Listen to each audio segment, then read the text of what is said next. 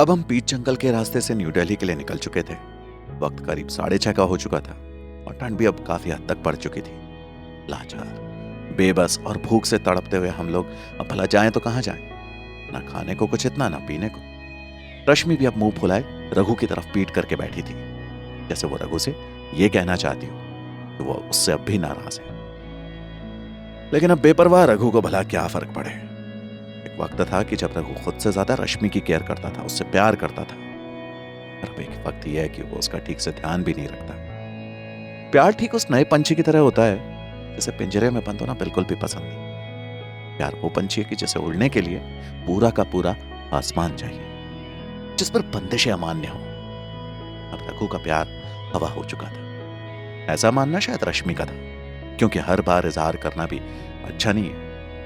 खिड़की के बाहर झांक रही रश्मि अब बाहर की अंदर को आती जरा जरा सी हवा को महसूस कर रही थी। उसे अब वो पल याद आ रहे थे जो उसने अपने कॉलेज टाइम में रघु के साथ जिए थे, बिताए थे। रश्मि को अब रघु की पुरानी बातें याद आ रही थी, वो वादे उसके, वो कस्में उसकी, जब कहीं वक्त के साथ साथ सच में गुम हो चुकी थी। रश्मि ने फिर एक नजर से रघु की तरफ देखा तो वो वहीं सोया हुआ था। सोता हुआ रघु रश्मि को किसी मासूम बच्चे से कम नहीं लग रहा था, और रघु को इस तरह से सोता देख रश्मि अपनी सारी नाराजगी भूल गई और उसे यूं बच्चों की तरह सोता हुआ देखकर मुस्कुराने लगी। रघु को यूं इतने टाइम बाद इस तरह से चैन की नींद सोता हुआ देखकर रश्मि के दिल को बड़ी ठंडक पहुंची। प्यार से वो रघु के सिर पर हाथ फेरने लगी, उसे प्यार करने लगी। वो ये सब कर ही रही थी कि शीशे में उसे देख रहा सौरभ उससे बोला, क्या बात है रश्मि, नाराज थी ना तुम तो? कहां गई नाराजगी तुम्हारी? उसकी बात सुनकर रश्मि ने उसकी बात का जवाब देते हुए कहा, बस अब तुम करा दो फिर से हमारी लड़ाई। सच में तुम ना बड़े ही गंदे हो। और उसकी बात सुनकर सौरभ हंसते हुए बोला, हाँ ये ठीक है तुम दोनों का ना, मतलब तुम्हारे बीच में जब भी झगड़े हो उसकी वजह तो मुझे बना दिया करो। और इन दोनों की बच्चों जैसी बातें सुनकर मैं यानी रामकिशन हंसने लगा और सौरभ से बोला, बेटा सौरभ, ये नाराजगी, ये लड़ाई, ये झगड़ा जरूरी है एक रिश्ते में। जब तक ये सब नहीं होगा तो हमें ये एहसास कैसे होगा कि हमारे रिश्ते में प्यार है भी कि नहीं।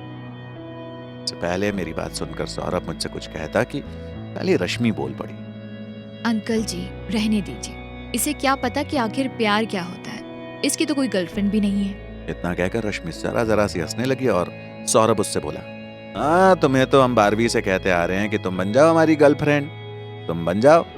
नहीं, तुम्हारी तो दुश्मनी है ना मुझसे शायद। सौरभ ने भी ये बात मजाक में ही बोली थी और रश्मि ने भी इस बात को मजाक में लिया था।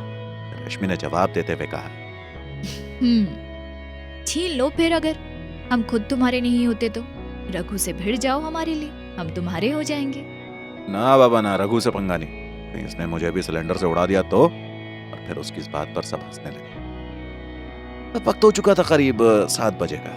हम पिछले 1.5 घंटे से लगातार चले जा रहे थे और अभी तो सफर बहुत बाकी था, क्योंकि यह जंगल वाला रास्ता पहाड़ी इलाका था और यहाँ से न्यू दिल्ली पहुंचने के लिए करीब 4 या 5 घंटों का समय तो लगता ही था। और अब बेचारा सौरभ भी इतनी देर से ड्राइविंग करके थक चुका था, इसलिए उसने गाड़ी वहीं बीच जंगल में रोकी। गाड़ी रुकी तो रघु की भी नींद खुल गई और रघु उठ गया। क्या हुआ सौरभ, गाड़ी खराब हो गई क्या? क्यों भाई ऐसी बातें कर रहा है? बस वो मैं थक गया था जरा सा गाड़ी चलाते चलाते, इसलिए सोचा कुछ 1 आध घंटा रुक के फिर चलते हैं।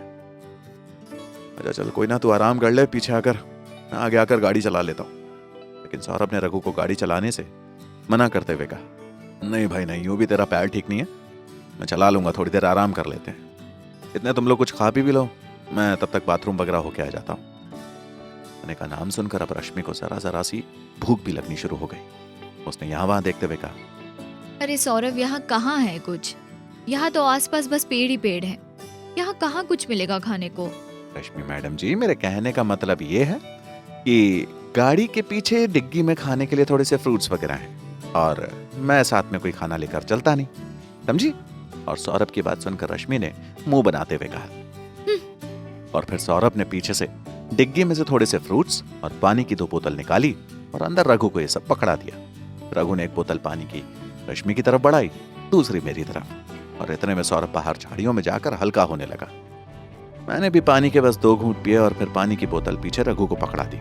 रश्मि ने मुझे सेब पकड़ाते हुए कहा, लीजिए अंकल जी, सेब लीजिए। अब पेट की भूख मिटाने के लिए सेब ही सही। मैंने भी उससे सेब लिया और हम दोनों सेब खाने लगे। रघु ने सेब खाने से मना कर दिया। इतने में सौरभ भी हल्का होकर आया और उसने फिर से कार की डिग्गी खोली, 2 बोतलें बियर की निकाली और रघु वाली साइड से आकर उसे दोनों बोतलें पकड़ाई। और बियर देखकर रघु तो खुशम खुश हो गया, जैसे आज की रात में 4 चांद लग गए हों। फिर सौरभ भी गाड़ी में आकर बैठ गया। रघु ने एक बोतल सौरभ की तरफ बढ़ाई और बोला, चीयर्स। और सौरभ ने भी ठीक वैसा ही किया। लेकिन इन दोनों को इस तरह से मजाक करते देख रश्मि अंदर ही अंदर जल रही थी। हमको तो सेब दे दिए और आप दोनों लग रहे हैं बियर में, बेकार से। और सौरभ था कि रश्मि के मन की बातें पढ़ रहा था, इसलिए उसने रश्मि के साथ मस्ती करते हुए कहा, रश्मि तुम क्यों ऐसा मुंह बना रही हो? लो लो लो, पियो, तुम भी पियो। जी नहीं, मैं नहीं पीती, आप भी पियो। और इतना कुछ सुनकर सौरभ ने भी अपनी बोतल वापस ले ली। इधर समर अपने घर पे अपनी पत्नी के साथ बेड पर था। सुंदर, सुशील और हुस्न की मल्लिका जैसी बीवी थी उसकी। उसके गोरे गोरे गाल, छोटी छोटी आंखें जो कि देखने में बहुत ही सुंदर सी लगती थी। समर अपनी पत्नी के ऊपर था और उसकी पत्नी नीचे। ये हाथों में हाथ थे। दोनों की सांसें काफी तेज भी थी। समर के होंठ कभी उसकी पत्नी की गर्दन पर काटते, कभी उसके होठों पर।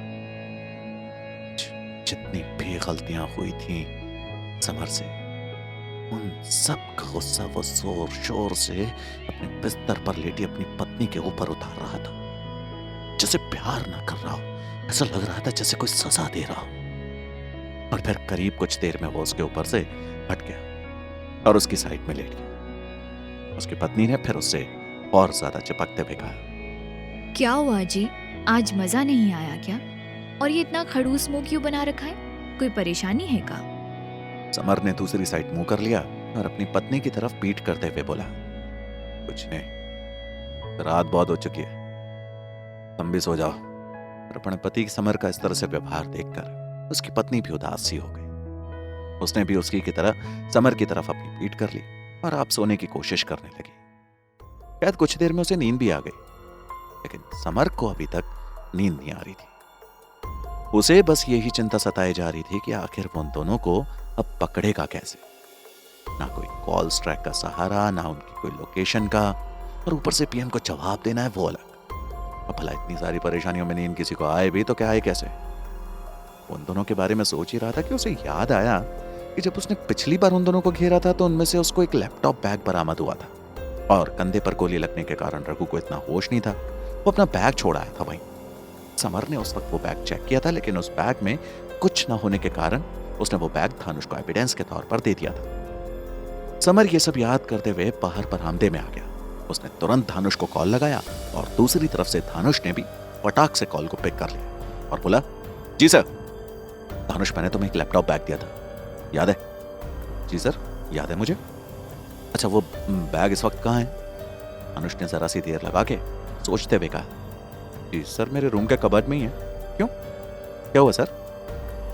कुछ नहीं, तुम एक बार अभी उस बैग को जरा गौर से चेक करो, देखना जरूर उसमें से कुछ ना कुछ तो निकलेगा ही, कुछ ना कुछ मिलेगा उसमें, वरना तुम खुद सोचो, कोई एक खाली बैग के लिए अपनी जान खतरे में क्यों डालेगा? जी आप सही कह रहे हैं, शायद हम इससे उनके बारे में कुछ और पता लगा सके। मैं चेक करके सुबह कॉल करता हूँ आपको सर, गुड नाइट। समर ने भी इतना कुछ सुनकर कॉल कट कर दिया और अपने आप से ये कहता हुआ वापस कमरे में आ गया कि पता नहीं क्या देखने को मिलेगा सुबह, होप सब अच्छा हो। और इतना कुछ कहकर अब समर भी अपने बिस्तर में आकर सो गया। इधर हम सब एक कार में आराम से सोए पड़े थे। आराम से तो क्या, बस एक रात गुजार रहे थे, और इसके सिवा हमारे पास कोई ऑप्शन जो कि था ही नहीं। मैं यानी रामकिशन और सौरभ आगे की सीट पर बैठे बैठे सोए हुए थे और पीछे रश्मि और रघु सो रहे थे। रघु रश्मि की गोद में अपना सर रख के आराम से सो रहा था। उसके पैर से अभी भी थोड़ा थोड़ा खून बह रहा था, क्योंकि गोली उसके पैर को बिल्कुल नजदीक से छू के गुजरी थी, जिसके चलते उसके पैर के अंदर का मांस काफी हद तक फट चुका था, और इसी के करके अब तक उसके पैर से खून बहे जा रहा था। रात भी बस किसी ना किसी तरह से गुजर ही रही थी। मोटे बदलते तो कभी नींद खुलते, आखिर सुबह भी हो ही गई। रघु फिर रश्मि के और ज्यादा नजदीक आ गया। की धड़कनें तेज होने लगी। फिर रघु ने एक मुस्कुराहट के साथ रश्मि के दोनों हाथों को बड़े प्यार से उसके चेहरे से हटाया और उसे एक नजर यूं ही देखने लगा। कुकू FM हिंदी चैनल को सब्सक्राइब करना ना भूलें और बेल आइकन प्रेस करके अगले एपिसोड की नोटिफिकेशन पाएं।